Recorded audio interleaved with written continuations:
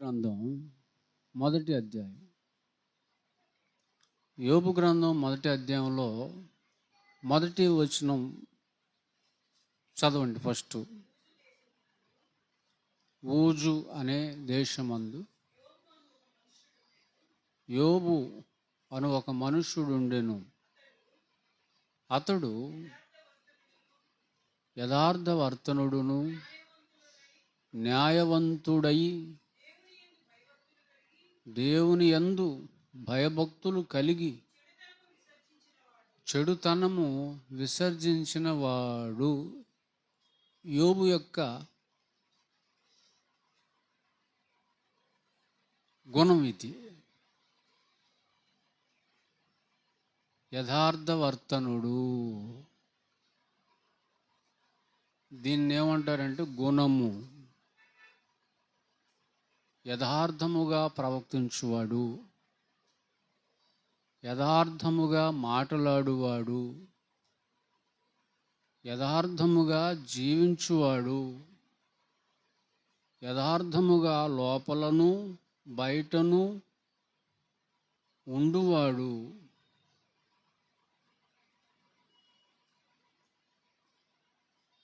ఈ మాట వ్రాయించింది పరిశుద్ధాత్ముడు. అంటే ఇతడు యోబు అనేటువంటి ఈ మహాభక్తుడు దేవుని దృష్టిలో యథార్థవర్తనుడుగా ఉన్నాడు. అందుకే ఆయన ఈ మాటలు రాయించక ఉండలేకపోయాడు. అక్కడ ఒక మాట ఉంటుంది, భూమి మీద ఇతని వంటి వాడెవడూనూ లేడు. యావత్ భూమి మీద ఎవరి వంటి వారు లేరు? యోబు గారు వంటి వారు లేరు. లేరు అని బైబిల్ చెప్పినప్పుడు ఉన్నాడు అని చెప్పటం తప్పు. లేడని పరిశుద్ధాత్మ దేవుడు అంటున్నప్పుడు ఉన్నాడు అనటానికి అవకాశం ఎవ్వరికి లేదు. అంటే ఇప్పుడు భూమి మీద ఉన్న వారందరిలో మిక్కిలి సాత్వికుడు మోషే గారైతే మిక్కిలి యథార్థవర్తనుడెవరు? యోబు గారు. అంటే ఈయనను మించినటువంటి వారు ఎవరు లేరంటే ఇతను ఎంత గొప్పవాడో చూడండి. ఎంత గొప్పవాడు! ఎవరి దృష్టిలో ఇది గుర్తుపెట్టుకోవాలి, దేవుని దృష్టిలో. నీ దృష్టిలో కాకపోవచ్చు, సంఘం కుటుంబం దృష్టిలో, కుటుంబంలో ఉన్నవారి దృష్టిలో, సంఘంలో ఉన్నవారి దృష్టిలో, సమాజంలో ఉన్నవారి దృష్టిలో యథార్థవర్తనుడు కాకపోవచ్చు. కానీ దేవుని దృష్టిలో ఎవరు యథార్థవర్తనుడు? అట్టాటోడు భూమి మీద ఇంకొకడు లేడని ఆయన ఇచ్చిన స్టేట్మెంట్, డిగ్రీ, అవార్డు.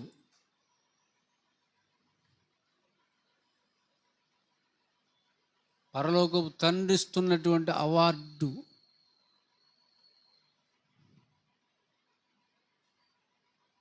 ఇంకా 2వ వచనం నుండి చదివితే, అతనికి 7 కుమారులు 3 కుమార్తెలు కలిగిరి. అతనికి 7,000 గొర్రెలు, 3,000 ఒంటెలు, 500 జతల ఆడు గాడిదలు, బహుమంది పనివారు అతనికి ఆస్తిగా ఉండిరి గనుక తూర్పు దిక్కు జనులందరిలో అతడే గొప్పవాడిగా ఉండెను. చూసారా స్థితి ఎలా ఉందో? అతని లోకపరమైన స్థితి.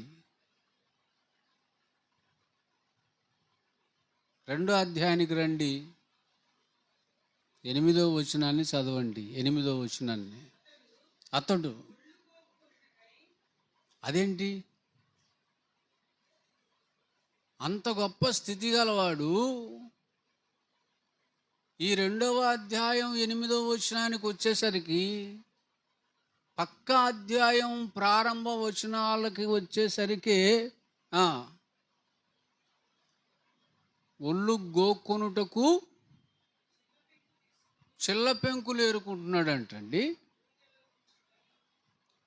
ఒళ్ళు గోక్కొనుటకు మనమైతే దువ్వెన తీసుకుంటాం కదా, ఒళ్ళు గోక్కోవడానికి మనం ఏం తీసుకుంటాం? కానీ ఆయన చిల్ల పెంకు తీసుకున్నాడు. చిల్ల పెంకు తీసుకొని బూడిదలో కూర్చుండగా, అదేందండి ఆ భక్తుని స్థితి. 1వ అధ్యాయంలో ఎలాగుంది, 2వ అధ్యాయంలో ఎలా ఉందో చూడండి. ఎలా ఉందో చూడండి.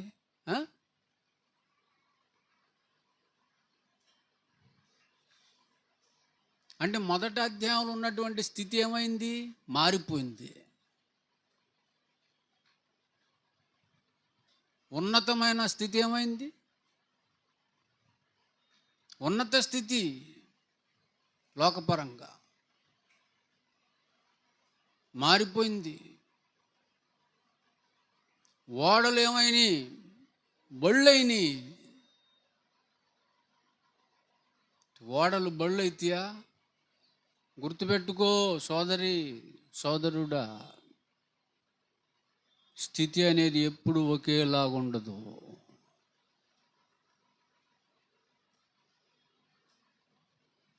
అంత గొప్ప స్థితి కలిగిన వాడైనా విర్రవీగినట్టు బైబిల్లో లేదు.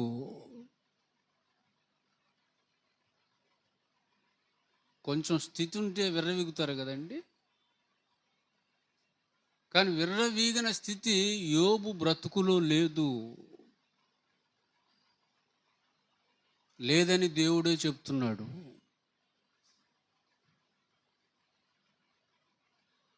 ఆ విర్రవీగే స్థితి లేకపోయినా, ఆ గర్వపు జీవితం, ఆ అహంకార జీవితం, ఆ ఇగో జీవితం, అహం లేకపోయినా స్థితి మారిపోయింది.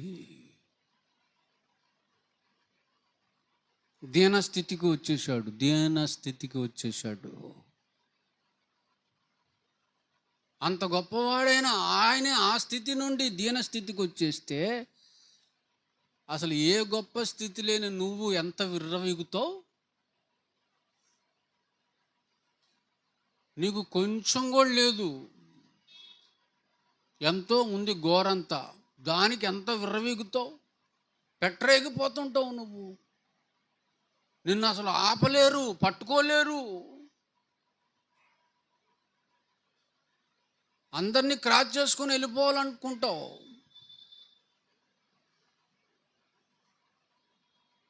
నీకు తలే లేదు కానీ హెడ్డుగా ఉండాలనుకుంటావు.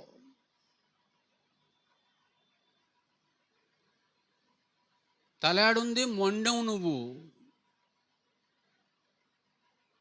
ప్రతి స్త్రీకి తలెవరు?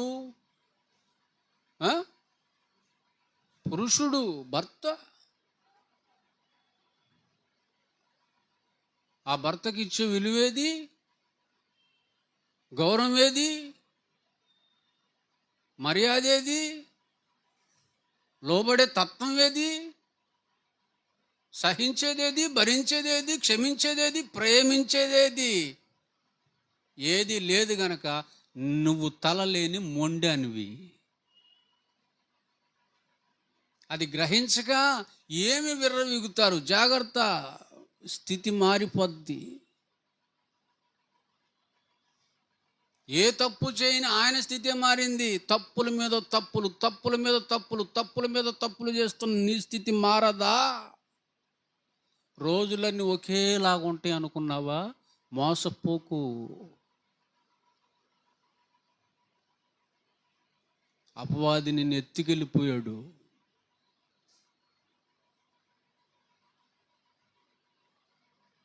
రెడ్ జోన్లో ఉన్నావు నువ్వు. ఏ జోన్లో? రెడ్ జోన్లో ఉన్నావు నువ్వు.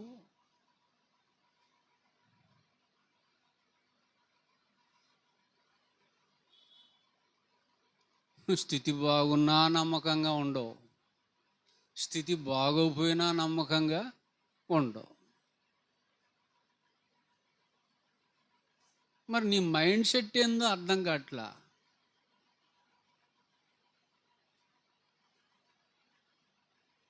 అపవాదిని మాస్టర్గా పెట్టేసుకున్నావు, అపవాదిని టీచర్గా పెట్టేసుకున్నావు.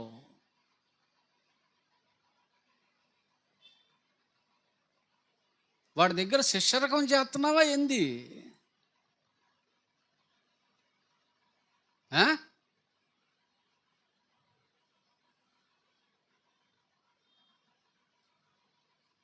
అన్నీ పోయినాయా పాపం? అన్నీ పోయినాయా? యోబు గారికి అన్నీ పోయినాయా? చదువు ఆ లిస్టు, చదువు 2వ వచనం లిస్టు. అతనికి 7,000 గొర్రెలు పోయినాయి, 3,000 ఒంటెలు పోయినాయి. పోలేదు, చచ్చిపోయినాయి.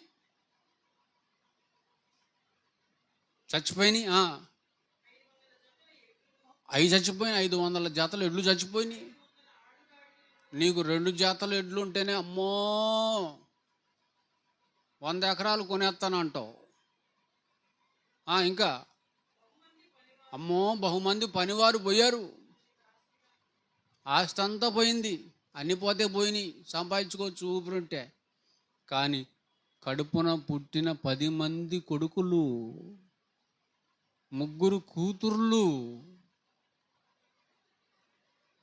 చనిపోయారండి. ఇల్లు కుప్ప కూలటం వల్ల పిల్లలు చచ్చిపోయారు, ఉక్కిరి బిక్కిరి చచ్చిపోయారు, ఊపిరాడక చచ్చిపోయారు, ముక్కలై చచ్చిపోయారు.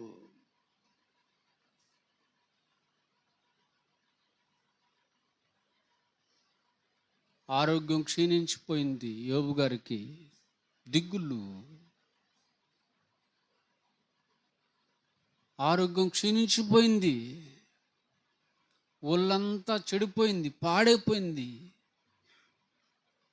ఒళ్ళంతా ర్యాష్ వచ్చేసింది.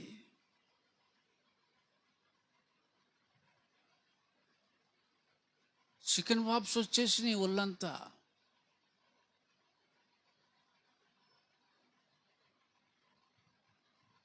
అవి పగిలి నీరు కారుతున్నాయి. దురద, ఒకటే దురద. తట్టుకోలేక చిల్ల పెంకు తీసుకున్నాడు, బూడిదలో కూర్చున్నాడు. కూర్చొని అంత బాధలో కూడా, అంత వేదనల్లో కూడా ఏమంటున్నాడు తెలుసా?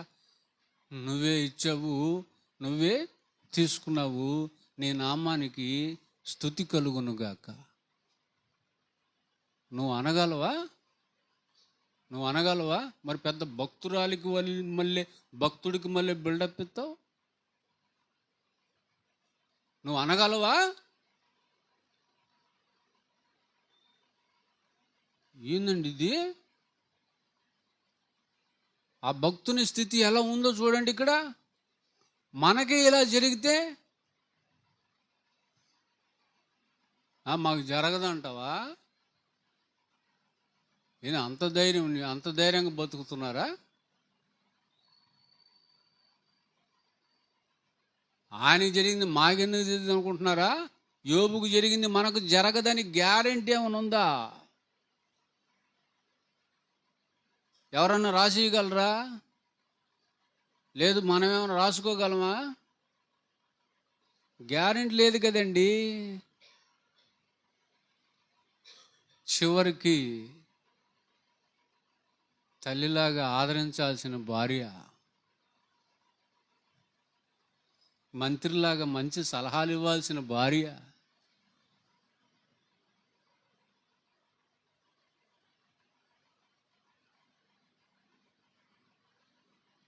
ధైర్యం చెప్పాల్సిన భార్య, ఓదార్చాల్సిన భార్య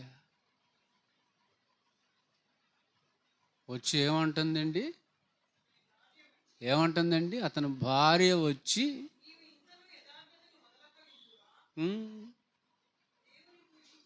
నువ్వు ఇంకా యథార్థతను విడువక ఉందువా, దేవుణ్ణి దూషించి చచ్చిపో. ఎందుకు నీ బతుకు?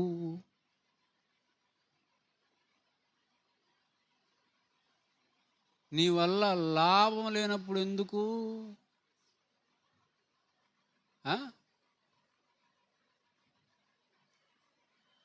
అంటే భర్త వల్ల లాభం ఉంటే భర్త బతకాలని కోరుకుంటుంది, భర్త వల్ల లాభం లేకపోతే భర్త చావాలని కోరుకుంటుంది, నరకానికి పోవాలని కోరుకుంటుంది. Yeah, what a wonder! ఏమి భార్య! సూపర్ భార్య అమ్మని. నీకు పరదేశకు వస్తే సెల్యూట్ చేస్తాను. నీకు కనపడతావు, ఒకవేళ నరకంలో ఉంటే కనపడతావు ఖచ్చితంగా. హలో యోబు గారి భార్య గారు, సెల్యూట్.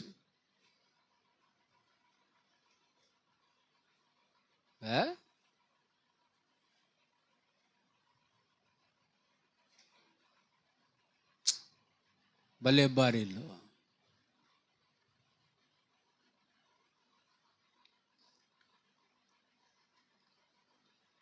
మూడు అడుగులు ఉంటేనేమి 3 చెరువులు. 3 ఉంటుందా? 3 ఉంటుందంట. ఎన్ని చెరువులు? 3 చెరువులు నీళ్ళు తాపిద్ది. ఎన్ని? 3 6 చెరువులా? తక్కువ చెప్పా రేణుకమ్మ. ఎన్ని అడుగులు? 3 అడుగులే ఉంటుంది, కానీ 3 + 3 = 6 చెరువులు నీళ్ళు తప్పిద్దట. What a wonder! పొట్టి భార్య, కానీ చూశారు ఎంత స్ట్రాంగ్ ఉందో.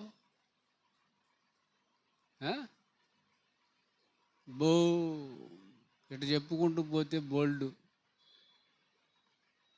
అందుకే ప్రకృతిలో ఎన్నైతే కనపడతాయో, ప్రకృతి పదార్థాలలో, జంతువులలో, పక్షులలో, జలచల రాశులలో ఏ లక్షణాలు అయితే కనపడతాయో ఆ లక్షణాలన్నీ ఒక్క భార్యలో కనపడతాయి. ఒక్క భార్యలో. అర్థమైందండి? నింగి, ఆకాశం. ఆకాశం అంటే విశాలమైంది, విశాలం. భూమి బరువును భారాన్ని మోస్తుంది, పండుతుంది, కడుపు నింపుతుంది. ఈ లక్షణాలు కూడా కనపడతాయి ఆమెలో. కొన్ని జంతువు లక్షణాలు కూడా కనపడతాయి భార్యలో. జంతు లక్షణాలు, పక్షి లక్షణాలు కనపడతాయి. పక్షి లక్షణాలు చెబుదాం. కాకి పక్షేనా? కాకిలాగా అరుస్తుందా, అరవదా? భార్య మాట్లాడేంది? మా భార్య కాకిలాగా అరవదండి, కోకిలిలాగా కూతదాన్ని వాళ్ళు చేయొద్దండి. వస్తా నేను, వస్తా.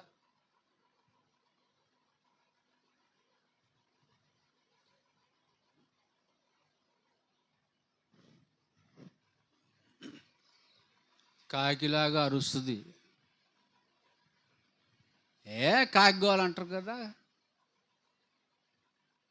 అది భార్యే. మళ్ళీ కోకిలలాగా పాడగలదు. ఒక్కొక్కరు పాడుతుంటే చూడండి, కోకిల పాడినట్టు ఉంటుంది. సుశీలమ్మని ఒక గాయని ఉంది, ఆమెను గాన కోకిల అంటారు. గాన కోకిల. నెమలి పక్షే కదా, నెమలి మన జాతీయ పక్షి, అందమైన పక్షి. అట్ట అందంగా ఉంటుంది. నెమలి పురి విప్పి నాట్యం ఆడుతుంది.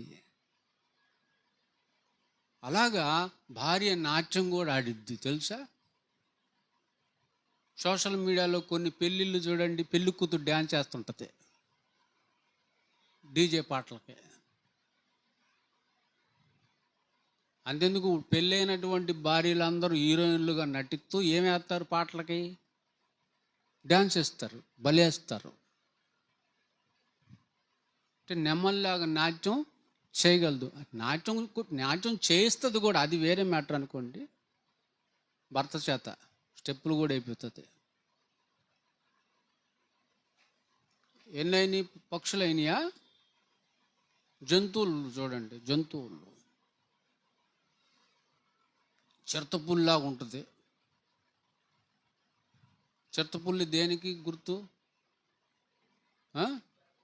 చండాడేస్తుంది అంతే. చిత్తపుల్లి లక్షణం ఉంటుంది, చీల్చి చండాడుతుంది. తర్వాత తర్వాత కుక్క లక్షణం కూడా ఉంటుంది. కుక్క లక్షణం కూడా ఉంటుంది ఖచ్చితంగా. కుక్క విశ్వాసానికి గుర్తు కదండి. విశ్వాసానికి గుర్తు, కక్కిన దానిని తినటానికి మళ్ళీ తిరిగేదానికి గుర్తు. తర్వాత నక్క స్వభావం కూడా ఉంటుంది భార్యలో. నక్క అంటే ఏం గుర్తొచ్చింది మీకు? నక్క అంటే ఏంటి? నక్క అంటే జుత్తులు మారిది. భార్య జుత్తులు మారి నక్క. ఏమైనా అనుకోండి, ఏమంటారు మీరు? ఎవరు నన్నేనదిడా? నా పిల్లల సంగతి నాకు తెలుసా, ఇంకెవరికని తెలుసా?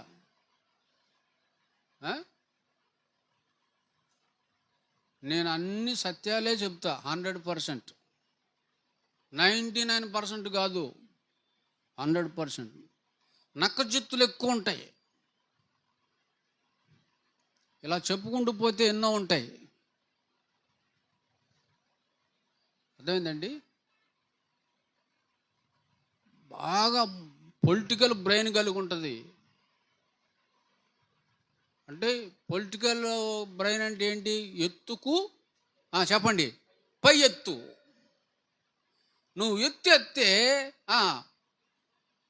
అది పై ఎత్తేస్తుంది అన్నమాట. నువ్వు తొక్కాలని చూస్తావు, అది తొక్కేస్తుంది.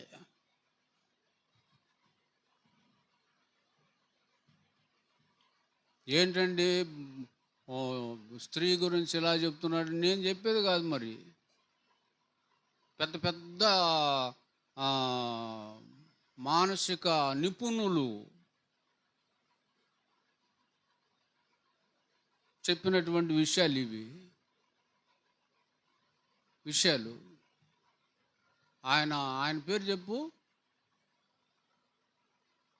ముఖ లక్షణమే వారి మనసు తెలుపుతుంది. షేక్స్పియరా? అతనేనా శాస్త్రవేత్త? ఆయన ఏం చెప్పాడు తెలుసా? భార్యని అర్థం చేసుకోవాలని ప్రయత్నిస్తావేమో, అది ఎప్పటికీ అర్థం కాదు, ఆ ప్రయత్నం మాను అన్నాడు. నువ్వు చచ్చేదాకా నీకు నీ భార్య అర్థం కాదు.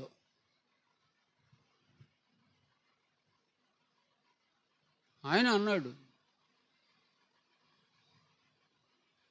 ఎవరైనా ప్రపంచ శాస్త్రవేత్త, మానసిక నిపుణుడు ముఖం చూశాడంటే బతుకంతా చెప్పేస్తాడు. ఇప్పుడు నువ్వేం ఆలోచిస్తున్నావు చెప్తాడు ఆయన. ఏం చెప్పాడు ఆయన?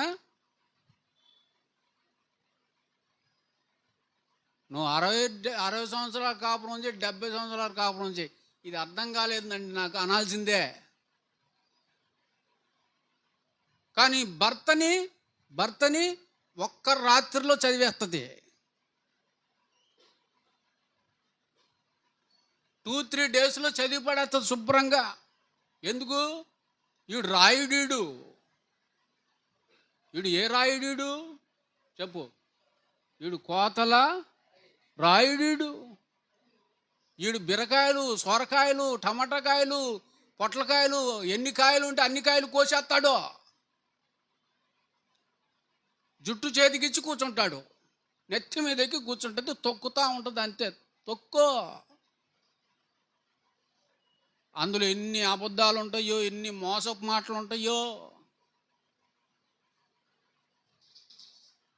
అవన్నీ డూప్లికేట్ అని తేలిపోతుంది. ఇక జీవితంలో బలంగా నిలబడలేడు. మిక్కిలి బలహీనమైన ఘటం ఏమవుతుంది? గండ్రగొడ్డల కంటే స్ట్రాంగ్ అవుతుంది. అప్పుడు నీకు పెట్టే పేరేంటో తెలుసా? నీకు పెట్టే పేరేంటో తెలుసా? ఏమంటారు దాన్ని? విత్ కేర్ని ఏమంటారు? Handle with care. జాగ్రత్తడు. గట్టిగా పట్టుకుంటే ఉంటాడు, వదిలితే పగిలిపోతాడు. ఏంది గండ్రగొడ్డలాగా ఉండాలని దేవుడు రాస్తే వీడు ఓటికుండ అయ్యాడు. అది ఓటికుండరా బాబు అన్నదేమైంది? గండ్రగొడ్డలైంది. చచ్చిపో, నీ వల్ల నాకు లాభం లేదంటుంది. ఇప్పుడు చచ్చిపో, ఎందుకు నీ దినం చెయ్యా? మళ్ళీ గోకొట్టినావు, చిల్లపెంకోటి తీసుకొని సిగ్గుచారం లేకుండా సావక బూడిదోడు పోసుకొని నువ్వు నీ అవతారం ఈ దినం చెయ్య. ఎంతకాలం వండి పెట్టాలి నీకు? ఎంతకాలం చాకరీ చేసి పెట్టాలి నీకు అని కొంతమంది డైరెక్టర్ తిడతారు. కొంతమంది ఏమో దీని మీద వంకలు పెట్టి తిడతారు. ఈ కోడి సావ ఎంత తోలినా వస్తుందబ్బా, ఇల్లు పెట్టిపోవట్లేదు. దీని అమ్మ కడుపు ఆడ కోడి, ఈ కుక్క సావ, దీని కాళ్ళు ఎరగా శ్మశానంలో దీని పేరు మీద కొండ పగలగొట్ట. ఏమనే ఇట్లాంటి మాటలన్నీ అంటుంటేనండి, దేవా ఎందుకయ్యా నన్ను ఉంచో, చంపేయ్యా, చావటానికి మార్గం లేక దేవునికి మొరపెడుతుంటాడు. ప్రాణం విసిగి చావగోరాను. ఎవరు? 1000 మందిని చంపిన బలాఢ్యుడు, బాహుబలి. ఎవరు? సంసోను గారు. అమ్మగారు దెబ్బకి ఏమంటుందండి? ఇంకా నువ్వు యథార్థతను విడువక ఉందువా, వదలక ఉందువా, దేవుని దూషించి మరణము కమ్మమ్మమ్మో, ఎట్టాట్లోని ఎట్ట చేసేసింది.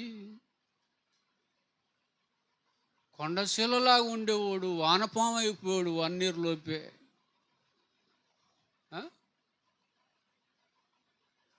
ఆలి కాదురా అది, అనకొండ.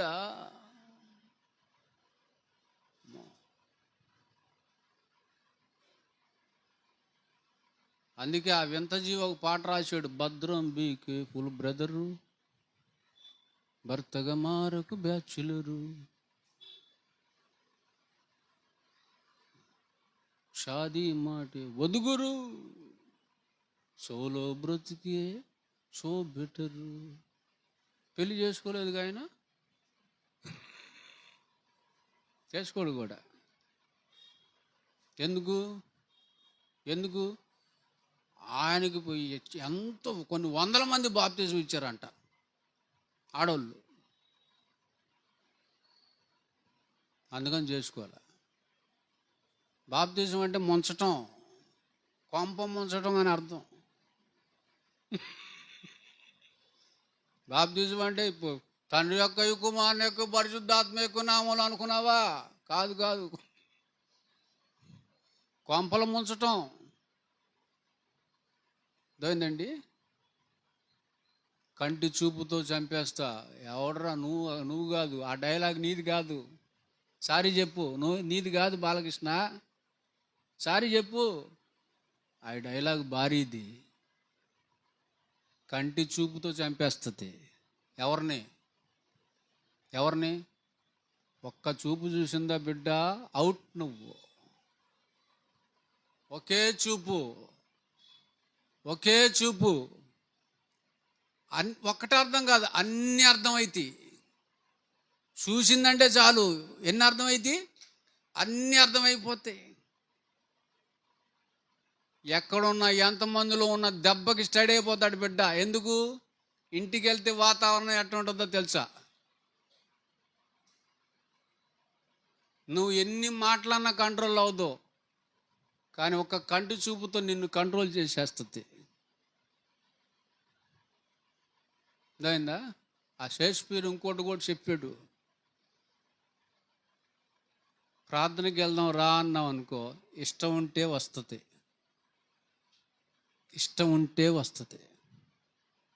ఫంక్షన్కి వెళ్దాం రా అన్నాం అనుకో, ఇష్టం ఉంటే వస్తుంది. ఇష్టం లేదనుకో, నీరసంగా ఉందండి అంటది, అంతే.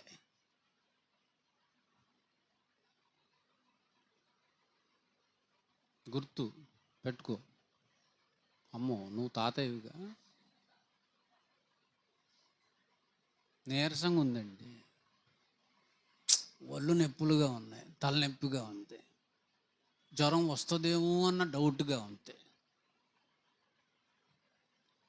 ఇటువంటి పరిస్థితుల్లో నన్ను వదిలి మీరు వెళ్తారా? మీకు నాకంటే ఆ ప్రార్థన ఎక్కువ, ఆ ఫంక్షన్ ఎక్కువ, ప్రార్థన ఫంక్షన్ ఎక్కువ. మీరు వెళ్ళండి. నేను రాలేదు, నాకు బాగా నీరసంగా ఉంది. 1000 కిలోమీటర్ల ప్రయాణమైనా చేస్తుంది, అప్పుడు రాదు నీరసం. నీరసంగా ఉందని హాస్పిటల్స్కి తీసుకెళ్ళావు, స్పెషలిస్ట్ డాక్టర్లకు చూపెట్టావు, స్కానింగ్లు ఎక్స్రేలు అవి తీపిచ్చావు. ఆ నీరసం ఎందులో దొరకదు? ఎంఆర్ఐ స్కానింగ్లో కూడా దొరకదురా నీరసం. ఆ నీరసానికి మందు, ఆ ప్రాబ్లం. అట్లాంటి పనులు చేసి టైం వేస్ట్ చేసుకో పక్క. అది నీరసం అనిందంటే దానికి ఇష్టం లేదు. ఇది ఎవరు చెప్పారు?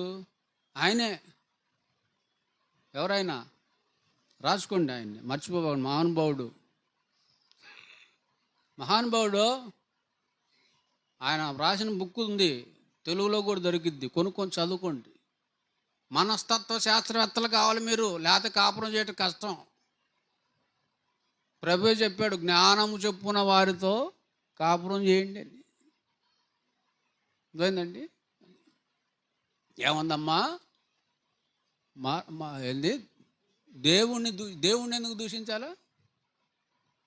దేవుణ్ణి ఎందుకు దూషించాలి? బాగా స్థితి బాగున్నప్పుడు బొగలాడేసుకొని తిన్నావుగా దేవుడిస్తే. ఇప్పుడు ఏదో టైం బాగాక ఇట్లా అయిపోయింది పరిస్థితి, అందుకని దేవుని దూషిస్తారా? దూషించి మరణము కమ్ము, నరకానికి పో అని చెప్తుంది ప్రియులారా. ఏమండి? చివరికి భార్య కూడా ఏం చేస్తుంది? భక్తుణ్ణి ద్వేషిస్తుంది. ఇక్కడ నాకు డౌటు, ఆ యోబు గ్రంథం చదువుతుంటే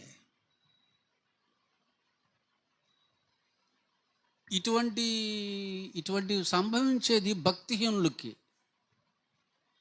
భక్తిలో సరిగా ఉండరు కదండి, 50-50గా ఉంటారు కదండి, వాళ్ళకి సంభవిస్తాయి ఇట్టాటి.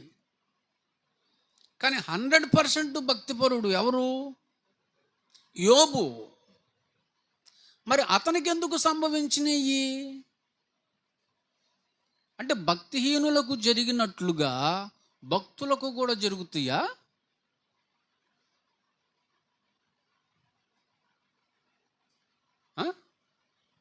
భక్తులకు కూడా జరుగుతాయా?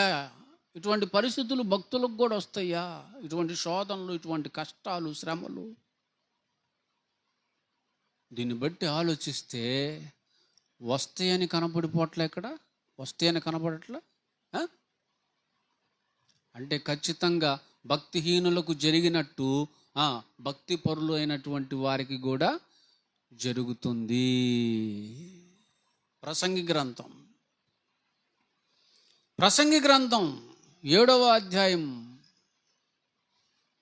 15వ వచనం చూడండి. 7:15. నా వ్యర్థ సంచారముల కాలములో నేను వీటన్నిటినీ చూచి తిని, నీతిని అనుసరించి నశించిన, దేన్ని అనుసరించి? నీతిని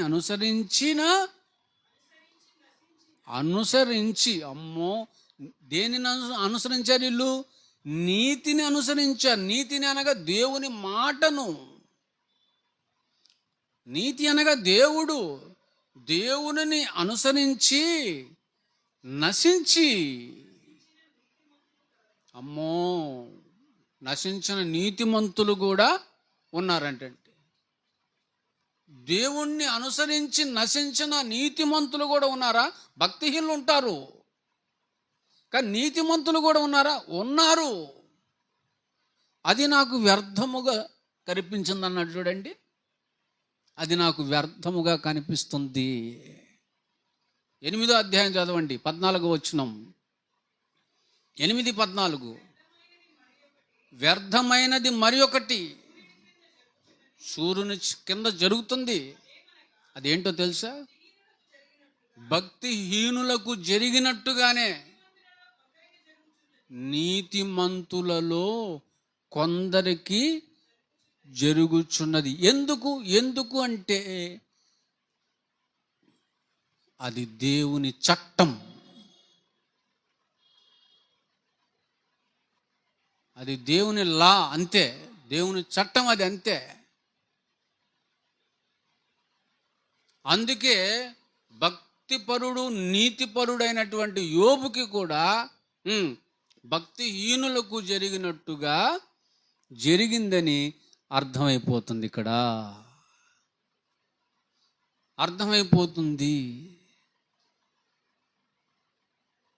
అంటే ఇప్పుడు యోబు ఎలా వెళ్తున్నాడు? దేవుని చట్ట ప్రకారంగా వెళుతున్నాడు. దేవుని చట్టానికి లోబడి వెళుతున్నాడు.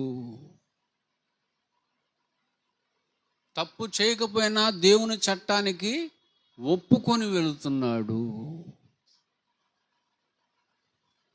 భక్తుడు. నీతిని ఏమైనా విడిచిపెట్టాడా? భక్తిని ఏమైనా విడిచిపెట్టాడా? విడిచిపెట్టలేదు. అన్నీ పోయినా, అందరూ పోయినా, అందరూ దూషిస్తున్నా, ద్వేషిస్తున్నా, దూరం అవుతున్నా. 4వ అధ్యాయం అనుకుంటా యోబు గ్రంథం 4వ అధ్యాయం 5వ వచనం. స్నేహితులను చూద్దాం. అయితే ఇప్పుడు శ్రమ నీకు కలుగగా నీవు దృక్కాకాంతుడు వైతివి, అది నీకు తగలగా నువ్వు కలవరపడుతున్నావు. స్నేహితులు అంటున్నారు ఆ మాట. స్నేహితులు కూడా ఎలా మాట్లాడుతున్నారో చూడండి. ప్రియులారా, పాత నిబంధన గ్రంథాన్ని పరిశీలిస్తే అర్థమయ్యేది ఏంటంటే, దేవుడు ఆశీర్వదించింది భక్తుల్నే. భక్తిగా ఉన్న వాళ్ళని ఆశీర్వదించాడు. ఆశీర్వదిస్తే వాళ్ళు గొప్ప వాళ్ళు అయ్యారు. ఆశీర్వాదానికి కర్తలుగా మారిపోయారు వాళ్ళు కూడా. ఆయన ఆశీర్వాదాన్ని ఎవరికి ఇచ్చాడు బైబిల్ గ్రంథంలో అంటే, ఖచ్చితంగా ఆయన కొరకు భక్తిగా బ్రతికినటువంటి వారికి ఇచ్చాడు. అంతకుముందు నీతిమంతులను దేవుడు దీవించాడు, కానీ ఎప్పుడు కూడా వాళ్ళని శిక్షించలేదు. ఎప్పుడు శిక్షించలేదండి. అబ్రహాం శిక్షించాడు దేవుడు? ఇస్సాకు యాకోబుల్ని శిక్షించాడా? శిక్షించలా. ఆయన శిక్ష విధించలేదు. వాళ్ళని దీవించాడు, ఆస్వాదించాడు. అయితే యోబు విషయంలో అంత భిన్నంగా కనపడుతుంది చూడండి. అంత రివర్స్ అయిపోతుంది ఇక్కడ, అంత భిన్నంగానే జరుగుతుందంటే యోబు యథార్థతలో ఏదైనా లోపం ఉందంటారా? ఏ లోపము లేనటువంటి యథార్థ పరుడు ఎవరు? యోబు. యోబు యోబు దీని గురించి దేవుడు కీర్తన గ్రంథంలో కొన్ని మాటలు రాయించాడు. 18వ అధ్యాయం అనుకుంటా, 18వ కీర్తన 25 నుండి చదవండి, 30 వరకు చదువుకోండి. 25 నుండి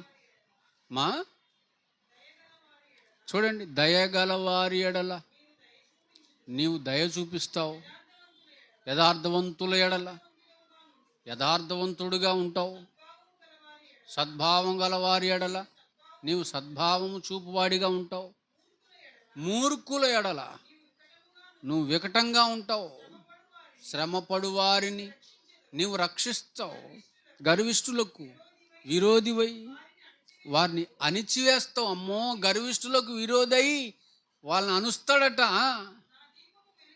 నా దీపాన్ని వెలిగించువాడవు నీవే, నా దేవుడైన యెహోవా, నువ్వు చీకటి నాకు వెలుగుగా చేస్తావయ్యా. నీ సహాయం వల్ల నేను సైన్యాన్ని జయిస్తాను, నా దేవుని సహాయం వలన ప్రాకారాన్ని దాటుతాను. దేవుడు యథార్థవంతుడు, యెహోవా వాక్కు నిర్మలము. ఇది ఆయన స్వభావం. దేవుని స్వభావం అయితే, దేవుని స్వభావం ఏంటి? దేవుని స్వభావం యథార్థత. ఇప్పుడు ఆ దేవుని స్వభావాన్ని విడిచిపెట్టమంటుంది ఎవరు? ఆ దేవుని స్వభావాన్ని వదలమంటుంది ఎవరు? భార్య.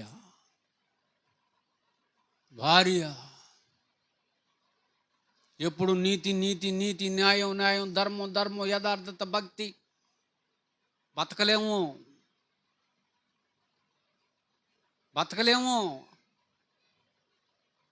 వాటి వల్ల బతకలేము. ఇప్పుడు విడిచిపెట్టి కొంతకాలం లోకపరంగా కష్టపడు. వాటి వండర్ సలహా, లోకపరంగా కొంచెం కష్టపడదాం. నువ్వు ఒక వ్యాపారం పెట్టు, నేను ఒక వ్యాపారం పెడతా. లేదు నువ్వు ఒక ఉద్యోగం చేయి, నేను ఒక ఉద్యోగం చేస్తా. బాగా సంపాదిద్దాం. అదంతా సేవకే. మళ్ళీ దొంగ మాటలు ఒకటి, అదంతా ఆయన కోసమే, ఒట్టి మాటలు. ఇంకా అటు పోయారంటే ఇటు వచ్చేది ఉండదు, గుర్తుపెట్టుకోవాలి. అటు పోయారంటే ఇటు రావటం ఉండదు ఇక. ఎందుకు? ధనాపేక్షకులైపోతారు. సమస్త కీడులకు అదే మూలం. వివాహం అన్ని విషయములలో ఘనమైనదిగాను, పాన్పు నిష్కల్మషమైనదిగాను ఉండవలెను. ఈ ఒక్క మాట చదివి మోసం చేస్తారు పెళ్లి కూతుర్ని, పెళ్లి కొడుకుని పాస్టర్లు. కింద వచనం చదవరా? కింద వచనం బైబిల్లో వచనం కదా, అది మనకు సంబంధించింది కదా. హెబ్రీ 13:4 చదివి ఆగిపోతారు ఎందుకు? 5వ వచనం కూడా చదువు. పెళ్లి కొడుకు పెళ్లి కూతురు ధనాపేక్ష లేనివారై కలిగిన వాటితో తృప్తి పొంది ఉండాలి భార్యాభర్త.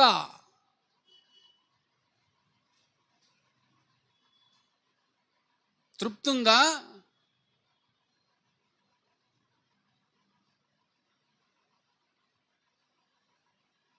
భర్త తెచ్చేది సరిపోదు, తృప్తి లేదు.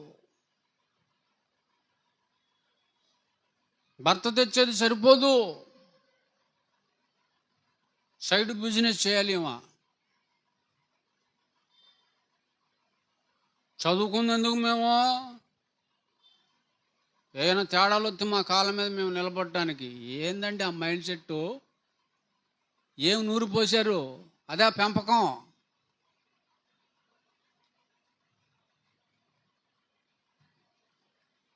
గడప దాటి బయటికి వెళ్ళొద్దన్నాడు దేవుడు భార్యని, అవునా? గడప దాటి బయటికి వెళ్ళొద్దు. ఎందుకో? బయట పరిస్థితులు బాగలేదు.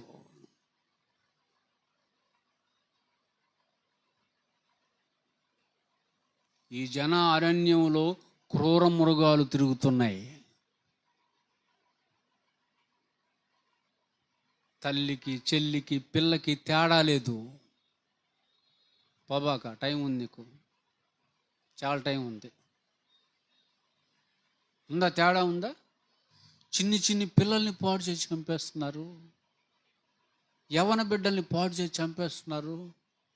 ప్రేమ పిల్లలతో మోసాలు చేసి, దగాలు చేసి, కోరిక తీర్చలేదని కత్తులతో పొడిచి చంపుతున్నారు పబ్లిక్లో. ఇక్కడే కదండి, పరమాయకుంట దగ్గర రమ్యాని ఎన్ని పోట్లు పొడి చంపాడంటాడు? 47 పోట్లు పొడి చంపాడు ఆ బిడ్డని. 200 మంది చూస్తున్నారు చుట్టూ నిలబడి. ఒక్కడు అడ్డుకోలేకపోయాడు. అన్ని పోట్లతో గిలగిలలాడిపోతుంది. బీటెక్ చదువుతుంది పాపం బిడ్డ. స్త్రీకి భద్రత లేదర్రా బయటికి వెళ్తే.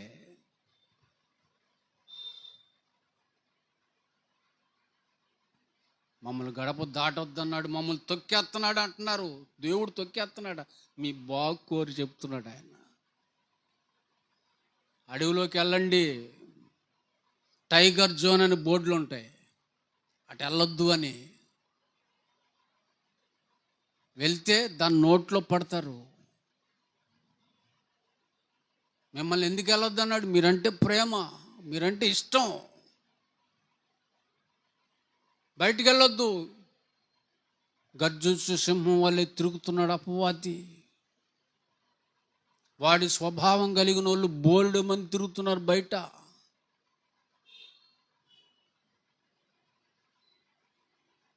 అంకుల్ అంకుల్ అంకుల్ అంకుల్ అంటుంది.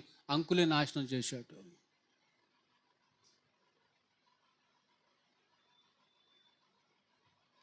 అన్న అన్న అన్న అన్నే నాశనం చేశాడు. 60 సంవత్సరాల వృద్ధురాల్ని పాడు చేశారు. 70 సంవత్సరాల వృద్ధురాల్ని గ్యాంగ్ రేప్ చేశారు. గేదెల్ని చేశారు, కుక్కల్ని చేశారు. వేటిని వదిలిపెట్టట్లేదు. దుర్మార్గులు ఉన్నారు బయట. క్రూరమైన తోడేళ్ళు ఉన్నాయి, గొర్రె చర్మం కప్పుకొని తిరుగుతున్నాయి. అయ్యి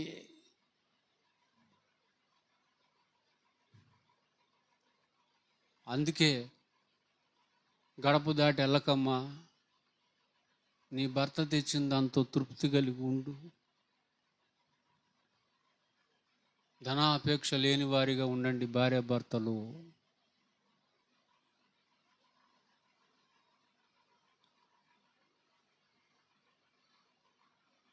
మంచి మాట కాదా ఇది? బయటికి వెళ్తే అపవాదికి దొరికిపోతావమ్మా. ఎందుకంటే నీ మనస్తత్వం వీక్, నీ శరీరం, నువ్వు శారీరకంగా వీకే, మానసికంగా వీకే.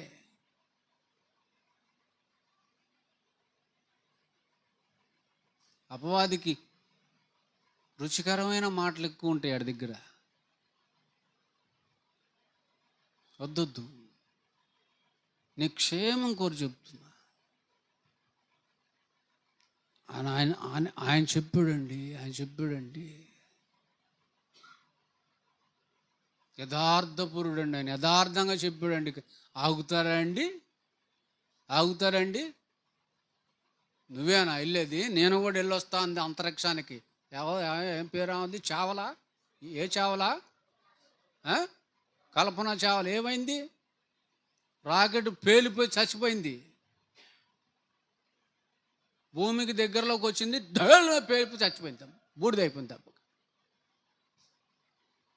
పేర్లకి, గొప్పలకి గొప్ప పేరు తెచ్చుకోవాలి, గొప్ప స్థితి.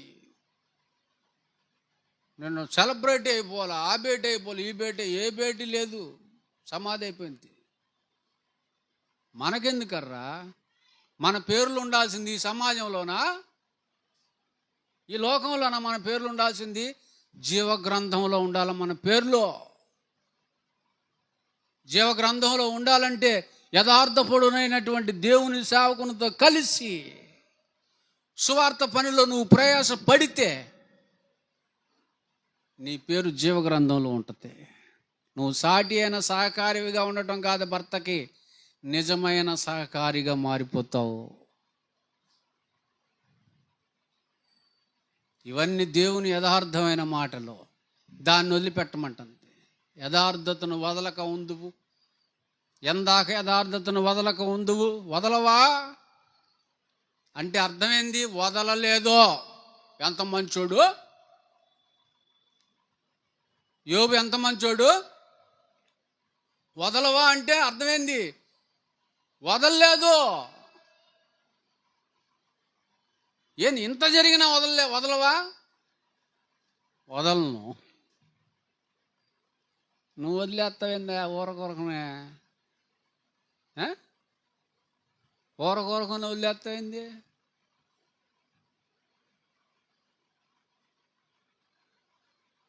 ఊరకనే యథార్థతను వదిలేస్తావు. నువ్వు యథార్థతను వదిలేవా అంటానికి సాక్ష్యం, అబ్బో నేను ఈజీగా పట్టేస్తా. నీ నోట్లో నుండి వచ్చేది ఏ మాట నాకు తెలుసు. అబద్ధమా, మోసమా, దగానా, నీ ఆంతర్యం ఏంది నాకు తెలీదా? నువ్వు మాట్లాడితే నీ ఆంతర్యం తెలిసిపోద్ది నాకు. నీ మాటలో స్వార్థం ఉందా?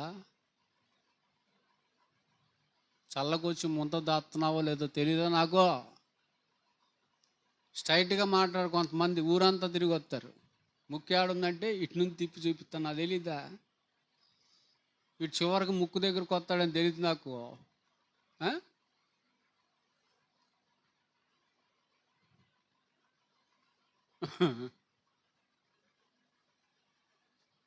ఎందుకో దేవుడు ఆ కృపించాడు మాకు. వదలలేదు. మరి ఇటువంటి భక్తిని చేయగలరా? మీరు కలిగి జీవించగలరా? చివరికి 10 మంది పిల్లలు చచ్చిపోయారు. 10 మంది పిల్లలు చచ్చిపోయారు. 10 మంది పిల్లలు చచ్చిపోయినా ఏమంటున్నాడు అపవాది? ఏమంటున్నాడు యోబు? అపవాది ఏమంటున్నాడు? I don't care.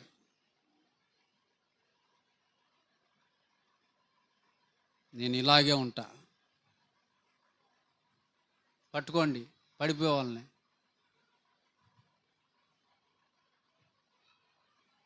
I don't care, నేను ఇలాగే ఉంటా. 10 మంది పోయి నేను ఇలాగే ఉంటా.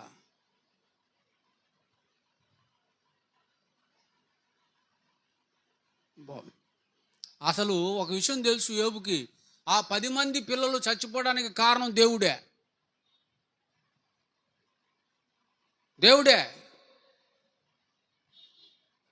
ఎంత కోపం రావాలండి దేవుని మీద, ఆ సంగతి యోబుకు తెలుసు. మొదటి వచనాన్ని చదవండి.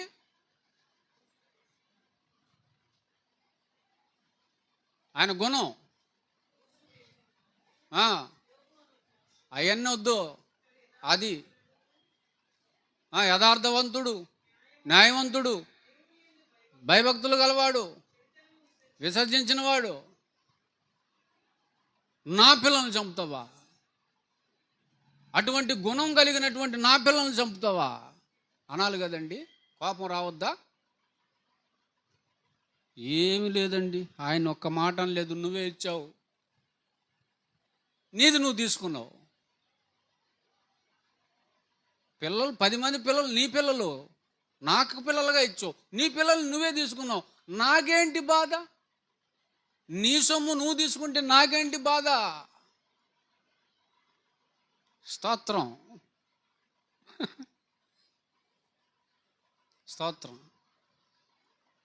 నా పిల్లలు కాదు ఆయన పిల్లలని వాళ్ళని ఏమైనా పట్టించుకోకుండా ఉన్నాడా? వాళ్ళకి పంచాల్సిన ప్రేమానురాగాలు పంచలేదా?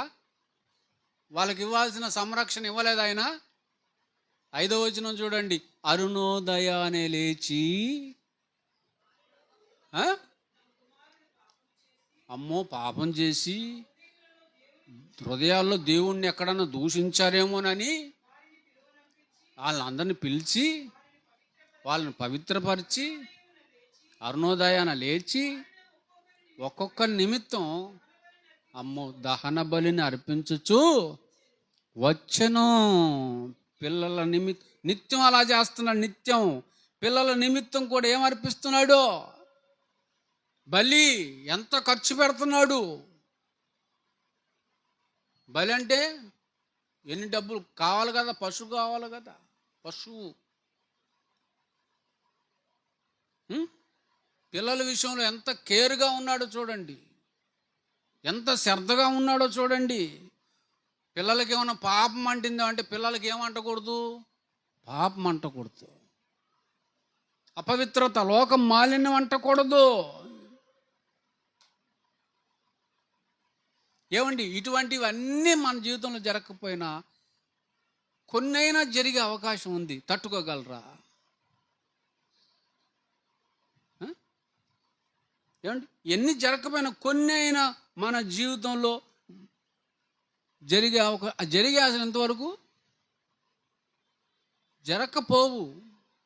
అటువంటి పరిస్థితుల్లో ఏం చేస్తాం? ఈ పాఠాన్ని జ్ఞాపకం చేసుకోవాలి. ఈ పాఠం రాయబడింది మన కోసం. ఈ చరిత్ర రాయబడింది మన కోసం.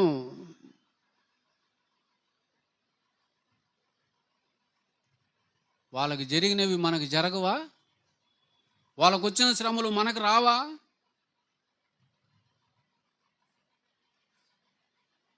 వస్తే వస్తే వస్తే మనం నరకంలో ఉంటాం, వాళ్ళు పరదేశంలో ఉంటారు. ఎందుకని? ఏమి రాకపోయినా అటు ఇటుగా ఉన్నాం మనం. అసలు వస్తే ఎటు కాకుండా పోతాం. నాన్ని చివరికి నరకానికి పోతాం. వాళ్ళు వాళ్ళు వాళ్ళు ఆడకపోతారు, వాళ్ళు పరదేశకే పోతారు. ఇందుకే యోబు ఎలా ఉన్నాడు? యోబు అలాగే ఉన్నందుకే 23:10 యోబు. అతని ధైర్యాన్ని చూడండి. ఇప్పుడు అది నేను నడిచే మార్గం ఆయనకు తెలియను, ఆయన నన్ను శోధించి. ఇదంతా ఏంది? ఇదంతా దేవుని పరిశోధన.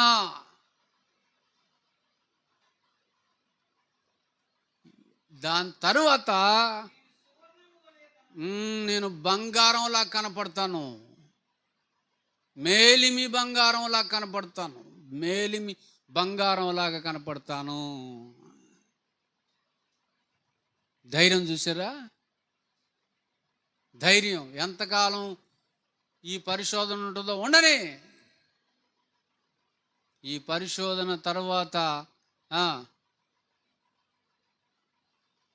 ఎలా కనపడతావు? నువ్వైతే అసలు కనపడతావా? అసలు చిన్న చిన్న వాటికి ఉలిక్కిపడి కనపడకుండా పోయారు కొంతమంది. పెద్ద పెద్దవి వచ్చినా ఈయన ఎలా కనపడతాను అంటున్నాడు? సువర్ణము వలె కనపడతాను. అది ఆయన ధైర్యం. 9వ అధ్యాయం 22 చూడండి. 9:22.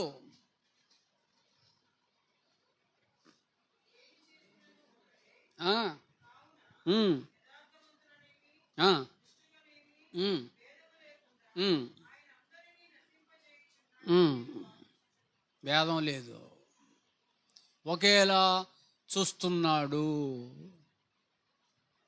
22వ అధ్యాయం 5వ వచనం 3వ వచనం చదువుకుంటే స్నేహితులు అమ్మో ఎట మోపుతున్నారు చూడండి అపవాదులు. కావా కావా కావా, నువ్వు అటాటోడివి కావా, నువ్వు ఇట్టాటోడివి కావా అని మాట్లాడుతున్నారు. స్నేహితులు అంటే ఇలానే ఉంటారా? ఇట్టాటోళ్ళు ఇలాగే ఉంటారండి స్నేహితులు అంటే? బాధను తగ్గిస్తారా, బాధను పెంచుతారా స్నేహితులు? బాధలో ఆదరణగా ఉంటారా, బాధకే కారణంగా ఉంటారా? ఆలోచించాల్సినటువంటి విషయాలు అన్నమాట ఇది. గనక సహోదరుల వల్ల కూడా మనకి బాధలు కలుగుతాయి. కుటుంబంలో ఉన్నవారి ఎడల కూడా మనకి బాధలు కలుగుతాయి. సమాజంలో ఉన్నవారి ఎడల కూడా మనకి బాధలు కలుగుతాయి. ఎన్ని కలిగినా నిలబడి ఉన్నవాడే యథార్థవంతుడంటే. అటువంటి టైంలో కూడా మీరు యోబువలే యథార్థతను వదలకండి అని చెప్తున్నాడు దేవుడు. వదలకండి. ఇంకా అయిపోయిందిలే నీ పని అంటున్నారు. అన్నా వదలలేదు.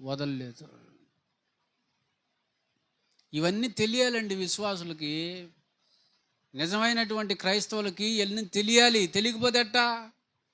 సంఘాల్లో చెప్పాలి ఇవన్నీ.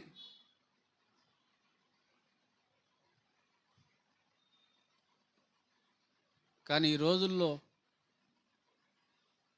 అలా గుర్తించేవాళ్ళు లేరు. ఆశీర్వాదం గొప్పగా పొందినటువంటి వారే ఆశీర్వదించబడ్డారని చెప్పేసి అటాటి వాళ్ళని గుర్తిస్తున్నారు. కానీ కొంచెం గొప్పగా ఉన్నటువంటి వాళ్ళని గుర్తిస్తున్నారు. కానీ కొంచెం లో బడ్జెట్లో ఉన్న వాళ్ళని గుర్తించేటువంటి వాళ్ళు ఉన్నారా ప్రియులారా? ఎవరున్నారండి? ఎక్కడున్నారండి? నేడు సంఘాలలో ఆశీర్వాదం పొందిన వారే గుర్తున్నారు తప్ప బైబిల్లో అనేక శ్రమలు పడి వాటి తర్వాత కూడా సువర్ణంలాగా కనబడినటువంటి భక్తుల జీవితాలు కనబడలేదు, గుర్తించలేకపోతున్నారు. భక్తుల జీవితాలను గుర్తించలేకపోతున్నారు. ఏదో ఆయన చెప్పేటువంటి ఆశలు పెట్టే బోధలని వెళ్ళిపోతున్నారు తప్ప భక్తులు పడినటువంటి బాధల్ని గుర్తించేటువంటి వారు సంఘాలలో లేకపోవటం అనేది దురదృష్టకరమైనటువంటి పరిస్థితి.